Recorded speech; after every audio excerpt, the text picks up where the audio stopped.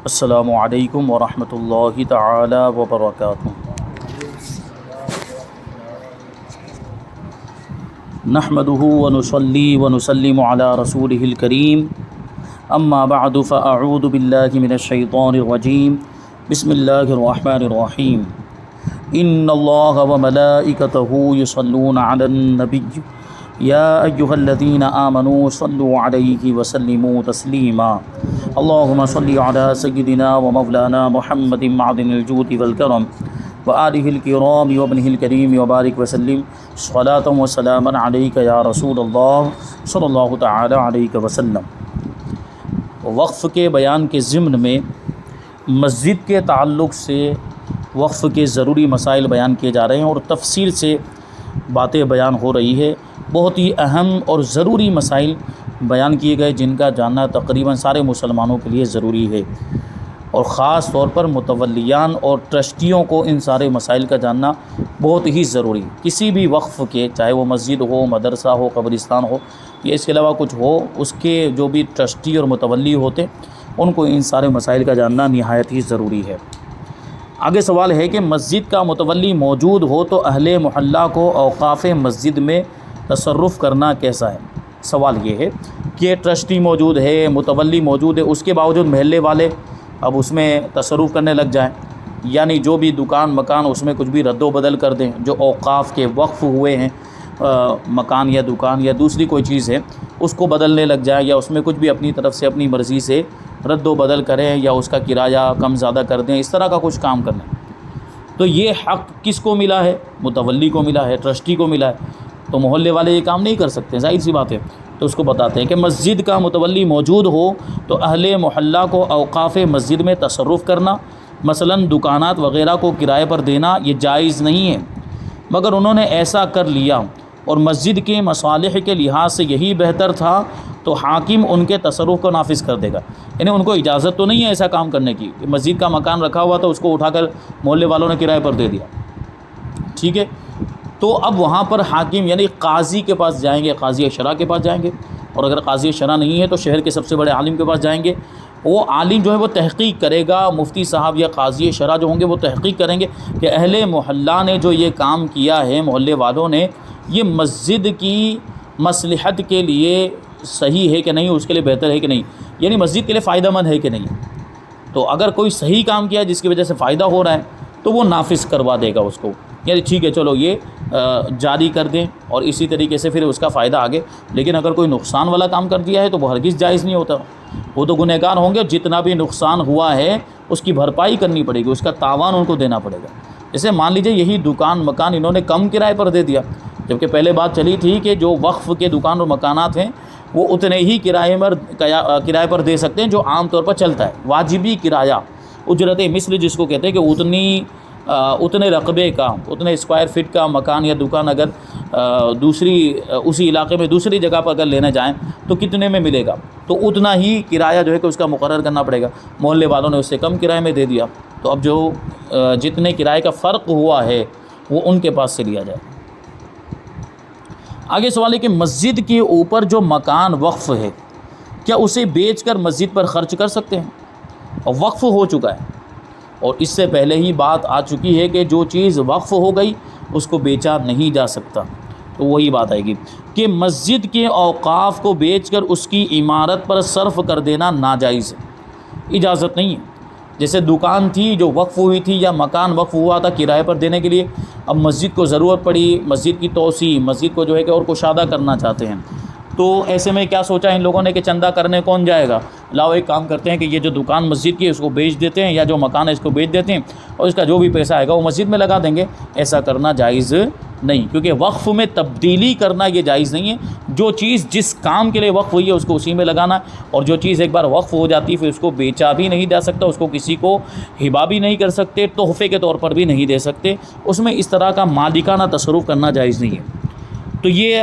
مکان وغیرہ کو بیچنا ناجائز ہے، اور وقف کی آمدنی سے کوئی مکان خریدا تھا تو اسے بیچ سکتے ہیں، یہ مسئلہ پہلے بھی آ چکا تھا۔ یہ جیسے کرایہ آیا ہے دکان کا یا مکان کا، اور کرایہ اتنا جمع ہو گیا کہ اس سے کوئی مکان خریدا یا کوئی دکان خریدی اب وہ جب تک اس کی ضرورت تھی وہاں تک رکھا، اب ضرورت ختم ہو گئی یا مسجد کو ضرورت پیش آئی تو اس کو بیچ کر اس کا جو بھی روپیہ پیسہ جو بھی ہوگا وہ مسجد میں لگا سکتے، کیونکہ وہ جو مسجد کی آمدنی سے خریدا گیا وہ وقف ہوتا ہی نہیں ہے۔ جب وہ وقف ہوا نہیں تو وقف کے احکام بھی اس کے لیے نہیں ہے، یعنی اس کو بیچنا جائز ہوگا۔ آگے سوال ہے کہ متولی نے وقف کی آمدنی سے وقف کے لیے جو زمین خریدی کیا وہ وقف ہو جاتی ہے؟ یہی جو بات ابھی اوپر گزر چکی ہے۔ نہیں، متولی نے زرع وقف سے یعنی وقف کی آمدنی سے جو زمین یا جائیداد وقف کے لیے خریدی وہ وقف نہیں ہو جاتی، اس کی بیع جائز ہے، کیونکہ وقف کی آمدنی کا کوئی مالک نہیں ہوتا۔ جیسے دکان مکان کا جو کرایہ ہے اس کا کوئی مالک نہیں ہے، اور اس سے پہلے ہم پڑھ چکے ہیں کہ وقف کرنے کے لیے جو بھی وقف کرنے والا ہے اس کی ملکیت ہونی چاہیے، وہ اس کا مالک ہونا چاہیے۔ یہاں تو کوئی اس کا مالک ہی نہیں ہے تو وقف ہوگا ہی نہیں، یعنی وہ وقف اس کو وقف نہیں مانیں گے، اور اس کو بیچا بھی جا سکتا ہے بعد میں ضرورت کے تحت، اگر کوئی ضرورت پیش آ گئی تو اس کو بیچ سکتے ہیں۔ آگے سوال ہے کہ استنجا خانے مسجد سے کتنے فاصلے پر ہونے چاہیے؟ بہت اہم سوال ہے کہ ابھی جیسے ہمارے یہاں پہ عام طور پر مسجد کے احاطے میں ہی استنجا خانہ بنا دیا جاتا ہے۔ استنجا خانہ سمجھ رہے ہیں، بیت الخلاء، ٹوائلٹ، واش روم، جو بھی اس کے مختلف نام ہوتے ہیں، تو یہ ظاہر سی بات ہی بدبو والی جگہ ہوتی ہے، اور پہلے ہی ہم پڑھ چکے ہیں کہ مسجد کو خوشبودار رکھنا چاہیے، کوئی بھی بدبو والی چیز ہم مسجد میں لے کر نہیں آ سکتے، منع فرمایا گیا، کیونکہ اس سے کیا ہوگا، نمازیوں کو بھی تکلیف ہوگی اور فرشتے جو حاضر ہوتے ہیں فرشتوں کو بھی تکلیف ہوگی مسجد کے اندر جو آتے ہیں، تو بدبو والی چیز کو دور رکھنا ہے۔ اب مسجد کے احاطے کے اندر ہی اگر ہم نے واش روم بنا دیا، بیت الخلاء بنا دیا، استنجا خانہ بنا دیا، اب وہاں پر گندگی ہوگی تو وہ بدبو پورے میں پھیلے گی، جہاں نماز ہوتی ہے وہاں پر بھی وہ بدبو پہنچے گی، تو اس کی وجہ سے نمازیوں کو ڈسٹرب ہوگا اور نمازیوں کو تکلیف پہنچے گی، تو اس کی اجازت نہیں ہے۔ اسی کو بتاتے کہ استنجا خانہ کتنا دور بنانا چاہیے۔ فرماتے ہیں استنجا خانے یعنی باتھ روم وغیرہ یہ مسجد سے اتنے دور بنائے جائیں کہ ان کی بدبو مسجد میں نہ آئے، کہ مسجد کو ہر قسم کی معمولی بدبو سے بچانا واجب ہے۔ اب جو بہت قریب بنا دیتے ہیں، جیسے ہمارے یہاں تو یہ کچھ مناسب فاصلے پر ہے، کیونکہ عام طور پر نمازیں وہاں پر ہوتی ہیں تو یہاں کی بدبو وہاں تک نہیں پہنچتی ہے، لیکن اگر اتنا قریب بنا دیا کہ بدبو پہنچ رہی ہے تو پھر اس کا توڑنا لازم ہے۔ حکم ہے کہ اگر اتنا قریب بنا دیا ہے کہ جہاں نماز پڑھی جاتی وہاں تک بدبو پہنچ رہی ہے تو اس کو توڑ دیا جائے گا اور اس سے دور کہیں بنایا جائے گا جہاں سے بدبو نہ پہنچے۔ اسی کو ذکر کرتے ہیں۔ اعلیٰ حضرت رضی اللہ تعالیٰ عنہ سے سوال ہوا کہ مسجد سے کتنے فاصلے پر پیشاب خانہ بنانا چاہیے، اس کی کوئی شرعاً حد ہو تو ارشاد فرمایا جائے۔ یہ سوال پوچھا گیا کہ کتنی حد ہونی چاہیے، کتنی دور وہ جو ہے کہ استنجا خانہ ہونا چاہیے، بیت الخلاء ہونا چاہیے، تو آپ نے جواب میں ارشاد فرمایا مسجد کو بو سے یعنی بدبو سے بچانا واجب ہے، لہٰذا مسجد میں مٹی کا تیل جلانا حرام ہے۔ مٹی کا تیل جس کو ہم لوگ کیروسین بولتے ہیں، کیونکہ اس میں سے بدبو نکلتی ہے، تو وہ بھی جلانا، کیونکہ پرانے زمانے میں کیا ہوتا تھا کہ وہ چراغ وغیرہ جلاتے تھے، تو یا وہ جو دیے بناتے ہیں، جیسے ابھی مٹی کے تیل سے دیا بنایا جاتا ہے تو اس میں جلانے سے بدبو آتی ہے، تو اس کو بھی مسجد میں جلانے کی اجازت نہیں ہے کیونکہ اس میں بدبو ہے۔ مسجد میں دیا سلائی سلگانا بھی حرام،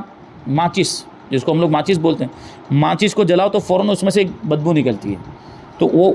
دیکھیے اب وہ تھوڑی دیر تک رہتی ہے وہ پھر ختم ہو جاتی ہے، لیکن اس کو بھی منع فرمایا گیا، اس کی بھی اجازت نہیں ہے۔ حتیٰ کہ حدیث میں ارشاد ہوا ولا یمر فیہ بلحم نیئن، یعنی مسجد میں کچا گوشت لے جانا بھی جائز نہیں، کیونکہ کچا گوشت بھی اگر تھوڑی دیر تک رکھا جائے تو اس میں بدبو آ جاتی ہے اور وہ بدبو پھیلنے لگتی ہے، تو کچا گوشت بھی لے کر جانے کی اجازت نہیں ہے۔ ویسے مسجد میں تو کھانے پینے کی چیزیں لے کر جانے کی اجازت ویسے بھی نہیں، ہاں صرف معتکف کو جو یہ اعتکاف جس نے کیا ہوا ہے اس کے لیے وہاں پر کھانے پینے کی اجازت ہے، تو یہ خاص طور پر ان لوگوں کو دھیان میں رکھنا چاہیے جو معتکف بنتے ہیں، جو اعتکاف کرتے ہیں، اب ان کے گھر سے کھانا آ رہا ہے، ان کے گھر سے مسجد میں کھانا آ رہا ہے، تو اس طرح کی کوئی بھی چیز اس کھانے میں بھی نہیں ہونی چاہیے جس کی بدبو مسجد میں پھیلے۔ یہ بھی خاص جو ہے کہ بعض کھانوں میں پتہ نہیں کیا کیا ڈال دیا جاتا ہے کہ جس کی وجہ سے بدبو، لہسن اور وہ اگر ادرک وغیرہ زیادہ ڈال دی جائے تو اس کی بدبو آتی ہے، تو یہ بھی نہیں ہونا چاہیے۔ اس بات کا خیال رکھیں، مسجد کو بدبو سے پاک رکھنا واجب ہے۔ حالانکہ کچے گوشت کی جو بو ہوتی ہے وہ بہت ہی خفیف ہوتی ہے، کچے گوشت میں جو بدبو بہت کم ہوتی ہے، اتنی زیادہ نہیں ہوتی ہے، پھر بھی اس سے منع فرمایا گیا حدیث شریف میں، تو جہاں سے مسجد میں بو پہنچے وہاں تک ممانعت کی جائے گی، یعنی جتنی دور تک اگر وہ بدبو استنجا خانہ بنائیں گے یا بیت الخلاء بنائیں گے تو وہاں سے بدبو پہنچے گی تو وہاں بنانا جائز نہیں ہوگا، اور دور لے کر جائیں گے اور وہاں بنائیں گے۔ اور اگر اس طرح کا کوئی طریقہ اختیار کیا جائے کہ بالکل اس کا معاملہ باہر ہی رہے، مسجد سے اس کا کوئی تعلق ہی نہیں ہے، بعض مسجدوں کے اندر ہم نے دیکھا کہ وہ بالکل باہر، مسجد کے بالکل باہر، نہ صحن میں ہے نہ احاطے میں، کہیں پر نہیں ہے، وہ بالکل مسجد کے باہر بناتے ہیں کہ وہاں سے پھر کوئی بدبو آنے کا اندیشہ ہی نہیں رہتا۔ مسجد کی عمارت تھوڑی الگ ہے اور جو کچھ دور تھوڑے فاصلے پر استنجا خانہ بنا دیا گیا، تو یہ اور بہتر طریقہ ہے۔ تو اگر جگہ ہمارے پاس اچھی خاصی ہو تو پھر اس طرح کام کیا جائے اور وہ استنجا خانے کو اس طرح بنایا جائے کہ اس کی بدبو نماز پڑھنے کی جگہ تک نہ پہنچنے پائے۔ سوال آگے کہ اگر کسی نے جنگل میں مسجد بنا دی جہاں نہ آبادی ہے نہ لوگوں کا آنا جانا ہے، تو کیا وہ مسجد ہو جائے گی؟ کیونکہ ظاہر سی بات ہے وہاں مسجد بنانے کا پھر کوئی مطلب نہیں ہے نا، کہ وہاں کوئی نمازی نہیں آئے گا، جنگل میں، ویرانے میں۔ اب شہر والے بھی تو مانے جائیں گے، شہر میں تو آلریڈی مسجد ہوں گی، تو اب وہاں تو کوئی جائے گا نہیں، تو مسجد بنانے کا کیا مطلب؟ تو اگر وہاں کوئی مسجد بناتا ہے ویرانے میں، جنگل میں، تو مسجد ہوگی کہ نہیں ہوگی؟ تو جواب ہے کہ جب کہ یہ صحیح ہو کہ وہ جگہ آباد نہیں ہو سکتی، یعنی یہ صحیح اندیشہ ہو، ہمیں قرینوں کو دیکھ کر، اس آبادی کو دیکھ کر، اس جگہ کو دیکھ کر، آس پاس کے علاقوں کو دیکھ کر لگتا ہے یہاں کبھی بھی آبادی نہیں ہوگی، یہاں کبھی بھی لوگ نہیں بسیں گے، یعنی آگے آئندہ زمانے میں بھی یہاں پر لوگ بسیں گے نہیں، یہاں پہ آبادی نہیں ہوگی، تو کیا کہتے ہیں؟ اور وہ مسجد کام میں بھی نہیں آئے گی، یعنی مسجد وہ ویران ہی رہے گی، تو اب وہ مسجد نہ ہوئی۔ ایسے جنگل میں اگر کسی نے جا کر مسجد بنا دی کہ جہاں آبادی کا کوئی تصور ہی نہیں اور آنے والے زمانے میں بھی آبادی نہیں ہو سکتی، بستی بس نہیں سکتی وہاں پر، تو مسجد بنانے کا کوئی مطلب نہیں، تو وہ مسجد نہیں ہوئی۔ ان اینٹوں اور روپے کو دوسری مسجد میں صرف کر سکتے ہیں، یعنی اب وہاں پہ زمین اگر وقف کی ہے تو اس زمین کو بیچ دیا جائے گا اور دوسری مسجد اس کے ذریعے سے بنائی جائے گی، اور اگر اینٹیں وغیرہ اس میں لگاتی ہے تو اس کو نکالنے کے بعد اس طرح نکالا جائے کہ وہ اینٹیں کام کی رہے، پھر ان اینٹوں کو بیچا جائے اور اس کی جو بھی قیمت آئے وہ لگائی جائے دوسری مسجد کے اندر۔ بہرحال یہاں تو بنانے سے پہلے ہی آدمی کو سوچنا چاہیے، اس کا بنانا ہی غلط ہوا، بیکار میں خرچہ کیا، وہ مال کو ضائع کیا، تو جہاں مسجد کی ضرورت ہو وہاں بنائی جائے گی، جہاں لوگ آباد ہیں، جہاں مسلمان رہتے ہیں، جو نماز پڑھنے کی جن کو ضرورت ہے۔ جیسے ابھی مثال کے طور پر چلیے بات مان لیتے ہیں کہ جنگل میں تو چلیے وہاں تو کوئی ہوتا ہی نہیں ہے، بعض اوقات ایسا ہوتا ہے کہ غیر مسلموں کو علاقے میں مسجد بنا دیتے ہیں، تو غیر مسلموں کے علاقے میں بنانے کا کیا مطلب ہوا؟ وہاں تو مسجد کی ضرورت نہیں ہے، جبکہ ہمارے بعض مسلم علاقوں میں ہماری مسجدوں کی بہت زیادہ ضرورت ہے،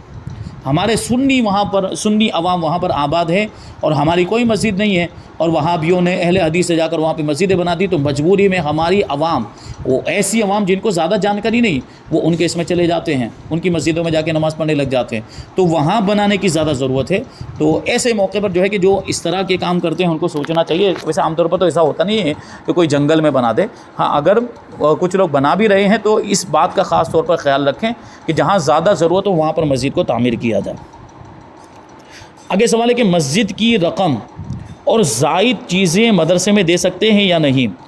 اسی طرح ایک مسجد کی چیزیں دوسری مسجد میں دے سکتے کہ نہیں؟ مسجد کی کچھ رقم ہے، جیسے کرایہ آیا ہے، یہ جو آمدنی دوسری ہے، تو وہ اب مدرسے میں دینا چاہتے ہیں، مدرسے کو ضرورت ہے، تو اس کی مختلف صورتیں ہوتی ہیں، یا تو یوں ہی دے دیا یا پھر قرض کے طور پر دیا کہ مسجد کے 10,000 روپے مدرسے کو دیے، لو 10,000 روپے رکھو، ابھی مدرسہ چلاؤ، جب مدرسے کے پاس آ جائیں تو یہ 10,000 روپے واپس دے دینا، اس طرح پر دیے۔ یا ایک مسجد کی چیزیں دوسری مسجد کو دے دی، جیسے یہاں سے چٹائی اٹھا کے دوسری مسجد میں لے گئے، یا یہاں کا جو ہے کہ لاؤڈ اسپیکر اٹھا کر، مائک اٹھا کر جو ہے کہ دوسری جگہ لے گئے، دوسری مسجد کے اندر، تو ایسا کرنا کیسا ہے؟ جواب: مسجد جب تک آباد ہے، وہاں پر نمازیں ہو رہی ہیں، لوگ آتے ہیں نماز پڑھنے کے لیے، مسجد جب تک آباد ہے اس کا مال نہ کسی مدرسے میں صرف ہو سکتا ہے نہ دوسری مسجد میں۔ مسجد جب تک، بات کیا سمجھ میں آ گئی کہ ویران اگر ہو جائے، اب اس کے اندر نماز پڑھنے کی کوئی صورت نہیں رہ جاتی کہ وہاں سے آبادی ہی، جب بنی تھی تو وہاں پر آبادی تھی، لیکن اب آبادی ختم ہو گئی اور آئندہ وہاں پہ لوگوں کے بسنے کی امید بھی نہیں ہے، صحیح اندیشہ ہے کہ اب یہاں پر لوگ رہنے کے لیے آئیں گے ہی نہیں، تو اب اس مسجد کا سامان اٹھا کر دوسری مسجد میں لگا سکتے ہیں، لیکن مسجد آباد ہے تو اس کا سامان دوسری مسجد میں نہیں لے جا سکتے۔ اب جب دوسری مسجد میں نہیں لے جا سکتے تو مدرسے میں کیسے لے جا سکتے؟ ٹھیک ہے، وہی بات، یہاں تک کہ اگر ایک مسجد میں 100 چٹائیاں یا لوٹے حاجت سے زیادہ ہوں اور دوسری مسجد میں ایک بھی نہ ہو، تب بھی یہ چٹائیاں اور یہ لوٹے لے کر جانا جائز نہیں ہے کہ یہاں کی ایک چٹائی یا لوٹا دوسری مسجد میں دے دیں، یہ درست نہیں ہے۔ یہاں مثال کے طور پر لوگوں نے بہت دیا، وہ چٹائیاں ضرورت سے زیادہ موجود ہیں، بھی جب 5 صفیں بچھانے کی ضرورت ہے اور باہر یہ 3 صفیں بچھانے کی ضرورت ہے، اور بھی لوگوں نے دے دی، یہاں تک کہ 50 چٹائیاں جمع ہو گئی، جبکہ دوسری مسجد کے اندر ایک بھی نہیں ہے بچھانے کے لیے، تب بھی یہ سوچ کر کہ چلو وہاں دے دیں، ایسا نہیں۔ ہاں، دینے والے کو پہلے سوچنا چاہیے، دینے والے کو سوچنا کہ ضرورت کہاں پر زیادہ ہے، یہاں پر پہلے سے چٹائیاں موجود ہے تو وہ اس مسجد میں جا کر دے جس میں زیادہ ضرورت ہے، لیکن یہاں دے دی، یہاں وقف کر دی، تو اب یہاں سے اٹھا کر وہاں نہیں لے جا سکتے، یہ بات ذہن میں رہے۔ آگے سوال ہے کہ کیا مدرسے کے مال سے مسجد کا قرض ادا کیا جا سکتا ہے؟ وہی چیز ہے کہ وہ مسجد کا جو مال ہے وہ مدرسے کو قرض کے طور پر بھی نہیں دے سکتے، اور مدرسے کا جو مال ہے وہ بھی مسجد کو قرضے کے طور پر نہیں دے سکتے۔ سوال اس کا جواب دیکھیں کہ مدرسے کے مال سے مسجد کا قرض ادا نہیں کیا جا سکتا، جو ادا کرے گا تاوان اس پر ہے، مسجد کے مال سے نہیں لے سکتا۔ جیسے مسجد کو 10,000 روپے کی مثال کے طور پر ضرورت تھی، مدرسے والوں کے پاس 10,000 روپے ہیں، اٹھا کر دے دیا، لو ہمارے مدرسے کے پیسے استعمال کرو، جب مسجد کے پاس آ جائیں تو 10,000 روپے ہمیں واپس کر دینا، یہ جائز نہیں ہے۔ وہ مسجد کے پیسے اگر لگ گئے ہیں تو اب جس نے دیا ہے، جو ذمہ دار ہوگا 10,000 روپے دینے والا، جو انتظامیہ جو کمیٹی ممبر ہوں گے، اب ان کو اوپر لازم ہوگا کہ مدرسے میں 10,000 روپے اپنی طرف سے رکھیں گے، مسجد سے واپس نہیں لیا جائے گا۔ اسی طرح اس کا برعکس بھی ہوگا، اگر کہ مدرسے کو ضرورت تھی اور مسجد والوں نے قرضہ دے دیا تو یہ بھی جائز نہیں ہے، کیونکہ یہ وقف کی جو مصلحت اور وقف کی جو غرض ہے اس کے خلاف ہو جاتا ہے کہ مسجد کا جو بھی پیسہ، جو بھی آمدنی، وہ مسجد ہی میں لگائی جا سکتی ہے، دوسرے کسی استعمال میں نہیں، اور اس کو قرض کے طور پر بھی نہیں دے سکتے۔ یعنی مسجد کا جو مال ہوتا ہے اس کو ہلاک نہیں کیا جا سکتا، یعنی اس کو ضائع اور برباد نہیں کیا جا سکتا، اور قرض دینے میں بھی مال کو ہلاک کرنا پایا جاتا ہے، اس کو ضائع کرنا پایا جاتا ہے، کیونکہ قرض دیا ہے کا کیا مطلب ہوا کہ سامنے والا اس کو استعمال کرے گا، تو یہ تو وقف کا جو مال تھا یا وقف کی جو آمدنی تھی وہ جو دے دی، اب وہ اس کو استعمال کرے گا تو وہ ہلاک ہو جائے گا، وہ مال، وقف کا جو مال اس کو دیا تھا وہ ختم ہو جائے گا، تو یہ ناجائز ہے اس وجہ سے۔ اب آگے ایک سوال اور لیتے ہیں کہ کیا مسجد کی دریاں اور مائک وغیرہ عیدگاہ میں لے جا سکتے ہیں؟ تو اوپر کی ساری تفصیل سے یہ بات معلوم ہو گئی کہ جب ایک وقف کا مال دوسرے وقف میں استعمال نہیں ہو سکتا ہے تو یہ مسجد کی چیزیں عیدگاہ میں بھی نہیں استعمال ہو سکتی، کیونکہ عیدگاہ کا الگ حکم ہے اور مسجد کا الگ حکم ہے۔ وہی جواب دیتے ہیں کہ یہ فعل ناجائز و گناہ، یعنی مسجد کی دریاں سمجھ رہے ہیں بچھانے کے لیے جو چٹائیاں یا جو صفحے جو ہوتی ہیں، تو یہ دریاں اور مائک وغیرہ جو ہے کہ عیدگاہ میں بھی نہیں لے جا سکتی، یہ ناجائز ہے۔ ایک مسجد کی چیزیں دوسری مسجد میں بھی عاریتاً دینا جائز نہیں، نہ کہ عیدگاہ میں۔ عاریتاً کا مطلب کیا ہوتا ہے کہ بغیر کچھ اجرت لیے ہوئے، بغیر کچھ اس کا معاوضہ لیے ہوئے ویسے ہی استعمال کرنے کے لیے دے دینا۔ تو پہلے ہی ہم کو پتہ چل گیا کہ جب ایک مسجد کا سامان دوسری مسجد میں نہیں لے جا سکتے تو ایک مسجد کا سامان عیدگاہ میں بھی نہیں لے جا سکتے، کہ ہمارے یہاں تو اب عیدگاہ کا اتنا زیادہ رواج نہیں رہا۔ پرانے زمانے میں ایسا ہوتا تھا کہ عیدگاہیں ہوتی تھیں آبادی کے باہر، آبادی سے متصل ملی ہوئی ایک بڑی جگہ خرید لی جاتی تھی اور وہاں پر عیدگاہ بنا دی جاتی تھی۔ اس میں یہ ہوتا تھا کہ عام طور پر وہاں عید کی نماز پڑھی جاتی تھی اور سارے جو آبادی بستی کے جو لوگ ہوتے تھے وہ وہاں پر عید کے دن جمع ہوتے تھے، تو ایک بڑا مجمع جو کہ ہو جاتا تھا۔ لیکن جیسے ابھی اتنے بڑے بڑے شہر ہو گئے ہیں تو یہاں پر تو محلے کے اندر مسجد ہے، اور تقریباً ساری مسجدوں کے اندر اب یہ ہوتا ہے کہ جمعہ بھی ہوتا ہے اور وہاں عید کی بھی نماز ہوتی ہے، اور وہ عید کے دن وہ ساری مسجدیں فل بھی ہو جاتی ہیں، یعنی تقریباً وہ جو ہے کہ مسجدوں میں اس کی ضرورت اور حاجت بھی ہے کہ وہاں پر جمعہ قائم کیا جائے اور وہیں پر عید کی نماز بھی پڑھی جائے۔ اور اگر عیدگاہ میں جیسے ابھی ہمارے یہاں پر صورت میں جو عیدگاہ ہے، ابھی پورے شہر کے لوگوں کو کہہ دیا جائے، سنی مسلمانوں کو، کہ سب کو وہاں پہ عیدگاہ میں جمع ہونا ہے، تو سما نہیں پائیں گے، وہ عیدگاہ تو بہت تنگ پڑ جائے گی، بہت چھوٹی جگہ ہے، وہ سب کے لیے کافی ہی نہیں ہوگی۔ تو ضرورت اس بات کی کہ مسجدوں میں قائم کیا جائے، یہاں مسجدوں میں ہوتی ہے نماز اور درست ہے، وہ بالکل صحیح ہے۔ یہ عیدگاہ کے بارے میں جب پرانے زمانے میں یا ابھی کہیں کسی علاقے کے اندر یہ ہوتا ہوگا تو وہ یہاں یہ سوچے کہ چلیے عیدگاہ میں تو ایسا سامان ہوتا نہیں، یہ عام طور پر صفحے وغیرہ وہاں پہ بچھا کے رکھتے نہیں ہیں، وہ تو سال میں ایک مرتبہ یا 2 مرتبہ ضرورت پیش آتی ہے، تو اب یہ سوچ رہے ہیں کہ چلو مسجد سے اٹھا کر لے جائیں چٹائیاں اور وہاں جا کے بچھائیں گے اور نماز پڑھیں گے، تو یہ درست نہیں۔ مسجد کا مائک بھی لے کر نہیں جا سکتے اور مسجد کی کوئی دوسری چیز بھی لے کر عیدگاہ نہیں جا سکتے۔ ایک سوال اور شامل کرتے ہیں، آخری سوال انشاءاللہ تبارک و تعالیٰ، اس کو یہ درس کو ختم کریں گے اور پھر آگے کچھ جو مسائل ہیں وہ آگے کے آئندہ کے درس میں اس کو شامل کریں گے۔ سوال یہ ہے کہ جس نے مسجد تعمیر کروائی کیا وہ اپنے نام کی تختی مسجد کے باہر لگوا سکتا ہے؟ اسی طرح اپنے نام پر مسجد کا نام رکھ سکتا ہے؟ بعض اوقات دیکھتے ہیں نا، چلے خود کا نام نہیں ہوتا، لیکن آج کل تو یہ بہت زیادہ رواج ہے کہ اگر کوئی ایک آدمی مسجد بنوا رہا ہے یا ایک آدمی زیادہ تعاون کر رہا ہے، جیسے مسجد بننے والی ہے 1 کروڑ کی، تو مثال کے طور پر 80 لاکھ روپے اس نے دے دیے یا 50 لاکھ روپے اس نے دے دیے، تو وہ کیا چاہتا ہے کہ میرے مرحومین کا نام آئے، میرے والد صاحب کے نام پر مسجد کا نام رکھا جائے، میری والدہ کے نام پر مسجد کا نام رکھا جائے۔ تو اس طرح کے تقاضے کرنا یہ درست نہیں ہے۔ مسجد کا نام کوئی اچھا ہونا چاہیے، کوئی ایسا نام ہونا چاہیے جو سب کے لیے ایک کامن نام ہو، یا کسی بزرگ کے نام پر رکھ دیا یا کسی اچھی چیز کو لیتے ہوئے کسی اچھی چیز کی طرف نسبت کرتے ہوئے نام رکھ دیا۔ بہرحال جو اگر کسی کے نام پر رکھنا، کسی انسان کے نام پر رکھنا بھی چاہتے ہیں تو رکھ سکتے ہیں پہچان کے لیے، کہ یہ فلاں مسجد ہے، یہ فلاں مسجد ہے، یہ پہچان کے لیے ہوتا ہے۔ مالک تو کوئی اس کا ہوگا ہی نہیں، کسی کا بھی نام رکھ دے وہ اس کا مالک تو نہیں ہے۔ اگر وہ خود بھی اپنا نام رکھ دیتا ہے بنانے والا تو اس کا مطلب نہیں کہ یہ اس کا مالک۔ جیسے ہماری مسجد کا نام میٹھا بھائی مسجد، یہ ایک شخص کی طرف منسوب ہے۔ میٹھا بھائی نام کے کوئی ہوں گے بزرگ پہلے گزرے ہوں گے جنہوں نے یہ مسجد تعمیر کروائی ہوگی، یا کچھ یہ مسجد سے نسبت ہوگی۔ ایسی بہت ساری مسجد، جیسے ولیہ بھائی مسجد ہے، وہ بھی ایک شخص کے نام پر ہی ہے۔ تو نام پر رکھنا درست، لیکن اس کا مطلب نہیں کہ وہ اس کے مالک ہیں۔ تو وہی بتا رہے ہیں کہ اپنے نام کی تختی لگا دینا یا اپنے نام پر مسجد کا نام رکھنا، کہتے ہیں کہ ریاکاری کے لیے ہو تو حرام، دکھاوے کے لیے کہ دیکھو میں نے اتنی بڑی مسجد تعمیر کی ہے تو میرا نام یہاں پہ لگا ہوا ہے، میرے نام کی تختی لگائی جائے، وہ بورڈ لگایا جائے اور پتہ چلے کہ فلاں آدمی نے بنایا ہے۔ یہ اگر دکھاوے کے لیے طور پر کر رہا ہے، دکھاوے کے طور پر، تو دکھاوا کرنا تو حرام ہے۔ اور دکھاوا کرنے کی وجہ سے جو بھی نیک کام کرتے ہیں وہ نیک کام کیا ہو جاتا ہے؟ برباد، اس کا بالکل بھی ثواب نہیں ملتا۔ تو کہتے ہیں مگر بلا وجہ شرعی مسلمان پر ریا کے ارادے کی بدگمانی بھی حرام ہے۔ اگر کسی نے تختی لگا بھی دی تو ہم یہ نہیں کہیں گے کہ اس نے ریاکاری کے طور پر یا دکھاوے کے طور پر لگائی ہے۔ اور بنظر دعا ہے تو حرج نہیں، یعنی آدمی نے اس مقصد کے لیے لگائی ہے، تختی لگائی یا اپنا نام لکھوا دیا کہ جو بھی دیکھیں گے، جو بھی مسجد میں آ کر نماز پڑھیں گے تو وہ سوچیں گے کہ اتنی اچھی مسجد بنائی ہے، بنانے والے کے لیے دعا کریں، اللہ تعالیٰ اس کو جزائے خیر عطا، لوگ اس کو دعا دیں گے مسجد بنانے والے کو، اس نیت سے اگر اس نے لگائی تو اس میں تو بہتر یہ بھی ہے کہ وہ اپنے نام کے ساتھ نیچے لکھ دے کہ میرے لیے دعائے خیر کریں، تو یہ ٹھیک ہے۔ وَإِنَّمَا الْأَعْمَالُ بِالنِّيَّاتِ، حدیث شریف ہے، وَإِنَّمَا لِكُلِّ امْرِئٍ مَّا نَوَىٰ، کہ اعمال کا دار و مدار نیتوں پر ہے کہ کس نیت کے ساتھ اس نے لگائی۔ ہر شخص کے لیے وہی کچھ ہے جس کی اس نے نیت کی، اگر اچھی نیت کی ہے اس کو اچھا بدلہ ملے گا، اگر غلط نیت ہے، دکھاوے کی نیت ہے، تو اس کا سارا جو بھی نیک کام اس نے کیا ہے وہ برباد ہو جائے گا۔ بہرحال تو اب مرحوموں کے نام پر بھی نام رکھا جا سکتا ہے مسجد کا، لیکن بہتر یہ کہ کسی بزرگ کے نام پر یا کسی اچھے نام پر رکھے، اور اس کے تقاضے نہ کرے کہ ایسا میں مسجد بنا رہا ہوں تو ضروری ہے کہ میرے والد صاحب کا نام ہو یا میری والدہ کا نام ہو، یہ ایسا کچھ ضروری نہیں ہے۔ یہ بات ذہن میں رہے۔ اب انشاءاللہ تبارک و تعالیٰ کچھ اور چیزیں آگے شامل کریں گے۔ اللہ تبارک و تعالیٰ کی بارگاہ میں دعا ہے کہ جو کچھ بھی بیان ہوا اس پر ہم سب کو عمل کرنے کی توفیق عطا فرمائے۔ وما علینا الا البلاغ۔ السلام علیکم۔